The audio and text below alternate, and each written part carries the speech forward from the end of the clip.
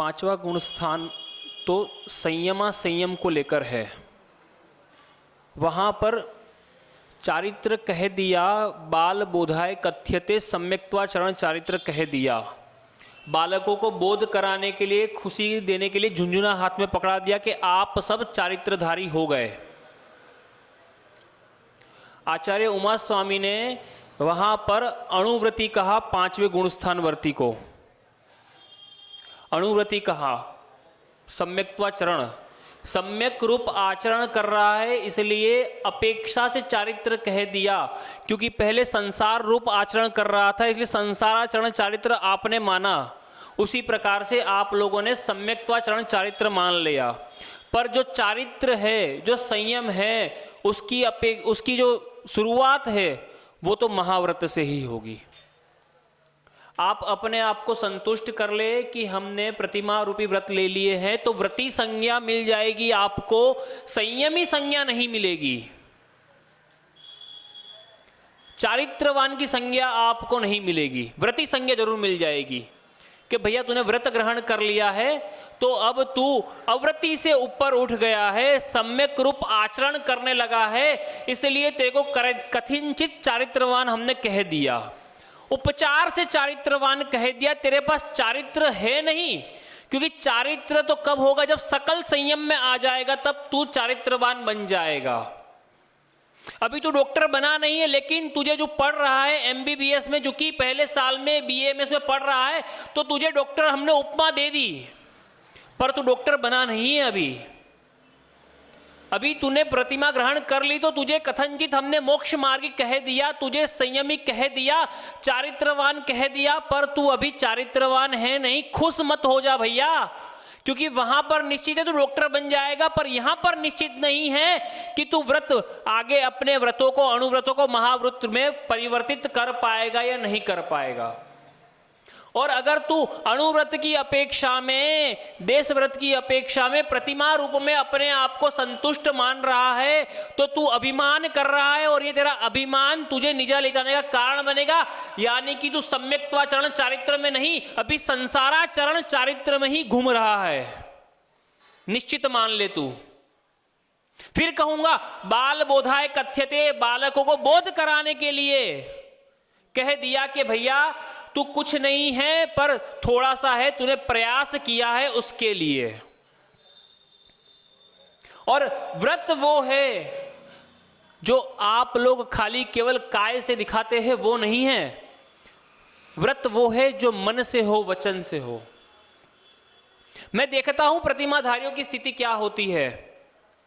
चौके में जाते हैं, आहार देते हैं, आहार देने के बाद में अगर कोई गलती से आ जाए, बालक आ जाए, बड़ा आ जाए अशुद्धि में, तो मन में इतना संक्लेशित परिणाम करते हैं, मन में इतना संक्लेशित परिणाम करते हैं, और मन से तो करते हैं, वचन से भी कह देते हैं, वचन से भी कह देते। अरे यार, और आप कहते हो मन शुद्धि वचन शुद्धि, काहे की शुद्धि भैया, काहे की शुद्धि? तूने, दूसरे ने तो अपवित्र किया या नहीं किया, लेकिन तूने मन से और वचन से स्वयं को तो अपवित्र कर लिया, तो ये व्रत नहीं हो सकते। वहां पर तो समता के परिणामों में वृद्धि होनी चाहिए, निरंतर विशुद्धि बढ़ती रहे, तब तो व्रत है। क्योंकि व्रत क्या है, आगे भी चर्चा हुई कि सर्कल, पापों के दायरे को और हमने घटा लिया, पर तूने मन से और वचन से पाप कहां कम किया? क्यों? क्योंकि तूने मन में संक्लेशित भाव रखे और वचन से कटु वचन कह दिए, सामने वाले के मर्म भेदक दिल को छेद दिया तूने अपने वचन से। तो तेरी शुद्धि किस प्रकार से मान लूं मैं? किस अपेक्षा से ये कह दूं कि तू भैया शुद्ध है, तू व्रती है? क्यों? क्योंकि वहां पर तेरा वाणी संयम, भाषा समिति, सत्य अणुव्रत या सत्य महाव्रत कहां पला मेरे भाई, कहां पला? तूने किसी के हृदय को छेदने वाले वचन कह दिए, तेरा अहिंसा महाव्रत या अहिंसा अणुव्रत कहां पला? विचार करें आप। केवल क्या बाहर कपड़े का 16 ही 16 है क्या? तूने अपने मन की शुद्धि तो करी नहीं, वचन को तो तूने स्थिर रखा नहीं, शुद्ध करा नहीं, और तू कह रहा है कि मैं 16 धारी हूं। काहे का 16 भैया? 16 वाला 16 आग बबूला हो गया, जिसने तुझे भस्म कर दिया, तेरे मन की शुद्धि के मन के व्रतों को भस्म कर दिया, वचन की शुद्धि वचन के व्रतों को भस्म कर दिया। क्या किसी व्यक्ति ने आके तेरे आहार के अंदर हाथ डाल के उठा लिया था क्या? या तेरे भोजन की थाली उठाकर मुंह से लगा ली थी क्या? तो अशुद्धि कैसे हुई? मैं आपको अपनी एक बात बताता हूं। मैं जब 2022 में रक्षाबंधन पे गुरुजी के पास पहुंचा, तब भैया जी मेरे वहां पर भोजन करने बैठे, तो मुझे भैया ने कहा कि अगर अपनी कसाई की पुष्टि करनी है तो थाली से बाहर दिखता रहे, और अपने पेट की पुष्टि करनी है, उदर की पुष्टि करनी है तो अपनी थाली में देख। ये शब्द थे इनके, और वो शब्द इतने सही थे।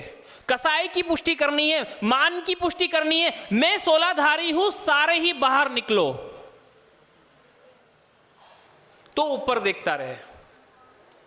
और अगर उदर को भरना है, शुद्धता से भरना है, क्योंकि कसाय रहित अवस्था ही तो व्रती की बनेगी ना। कसाय सहित तो व्रती कैसे हो सकता है? कसाय सहित व्रती कैसे हो सकता है? क्योंकि वहां पर माया, मिथ्या और निदान को आपने शल्य कहा और निशल्योव्रती, तो माया तो कसाय के अंतर्गत आती है। तो कसाय की पुष्टि करनी है तो ऊपर देख, और उदर की पुष्टि करनी शुद्धता से तो केवल अपनी थाली में देख। तो क्या ज्यादा बेहतर था, पेट भरना शुद्धता से या कसायों को भरना? पेट भरना। और हम क्या करते हैं वास्तविकता में? जितने व्रती है, जितने प्रतिमाधारी हैं, कसाय को भरते हैं।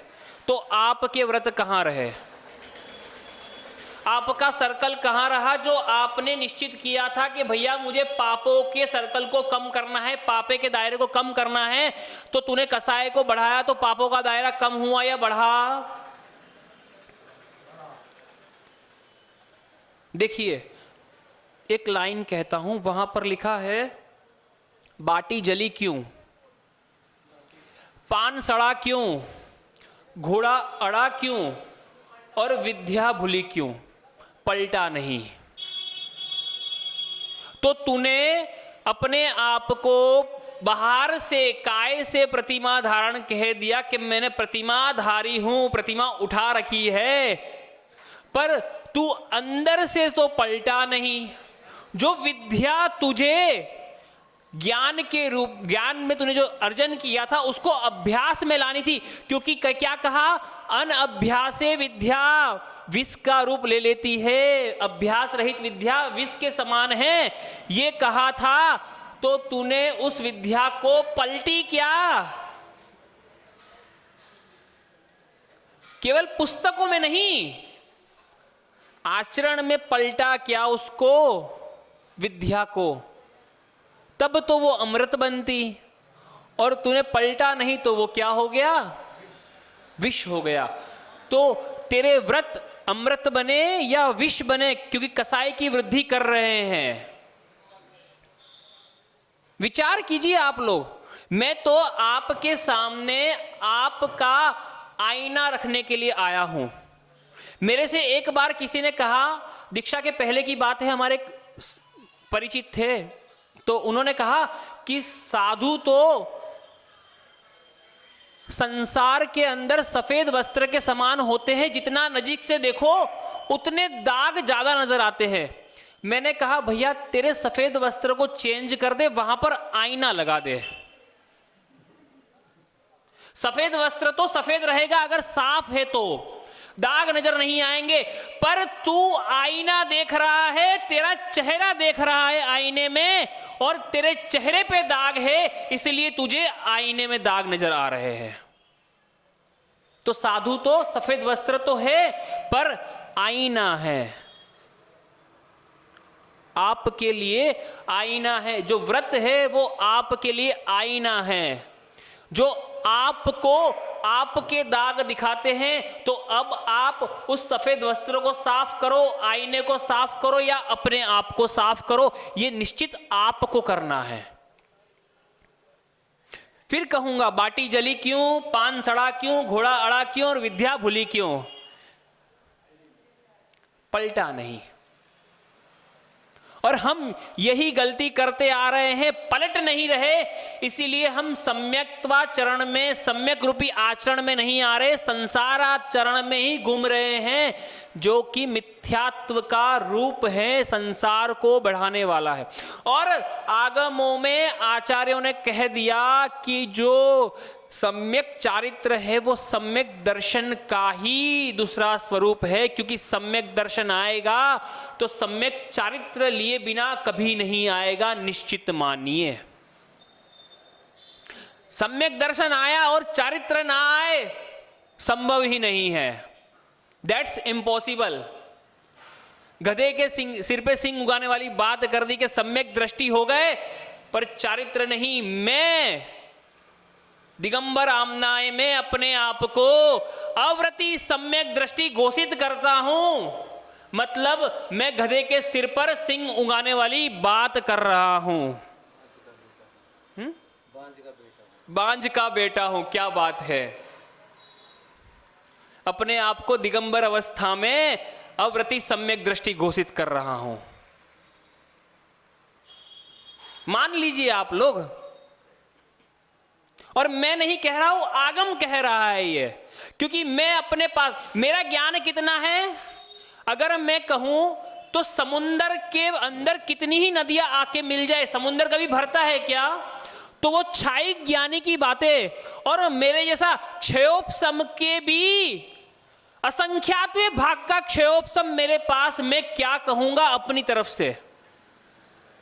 मैं तो उनकी ही बात कहता हूं, क्योंकि मेरे पास अपनी बात को प्रमाणित करने का कोई साधन नहीं है, और आप लोगों की क्षमता नहीं कि आप उनकी बात को अप्रमाणित साबित कर दें। मेरे पास मेरी बात प्रमाणित करने का कोई साधन नहीं है, पर आप लोग उनकी कोई बात अप्रमाणित साबित नहीं कर सकते। तो इसीलिए निश्चित मानिए, आज सुबह ही मूलाचार प्रदीप में पढ़ा, समय सार अध्याय चल रहा था मूलाचार का, उसके अंदर आचार्य सकल कीर्ति महाराज ने स्पष्ट लिखा, सम्यक दर्शन होगा तो वो सम्यक चारित्र के बिना कभी नहीं होगा। नौवां अधिकार है समय सार अधिकार, और कारिका थी शायद 87 या 88 नंबर की, आप पढ़ लेना। मैंने कहा ना, मैं अपनी बात कुछ नहीं कहूंगा, आचार्यों ने कहा है वही आपके सामने कहूंगा। तो अब आप विचार कीजिए, आप सम्यक्त्वाचरण में हैं या अभी भी संसाराचरण में हैं? प्रतिमा लेने के बाद भी, व्रत ग्रहण करने के बाद भी, और बाल ब्रह्मचारी होने के बाद भी विचार कीजिए आप लोग, ठीक है ना? कल तक का समय है विचारने के लिए। अपनी वाणी को विराम दूंगा। पूज्य गुरुवर से निवेदन करूंगा कि अपनी अमृतमय वाणी से हम सबका मोक्ष मार्ग प्रशस्त करे। बोली द्वादशांग वाणी माता की, साक्षात ब्रह्म परम पुण्य गुरुवर श्री मंगलानंद सागर जी महाराज की, देवादिदेव श्री आदिनाथ भगवान की।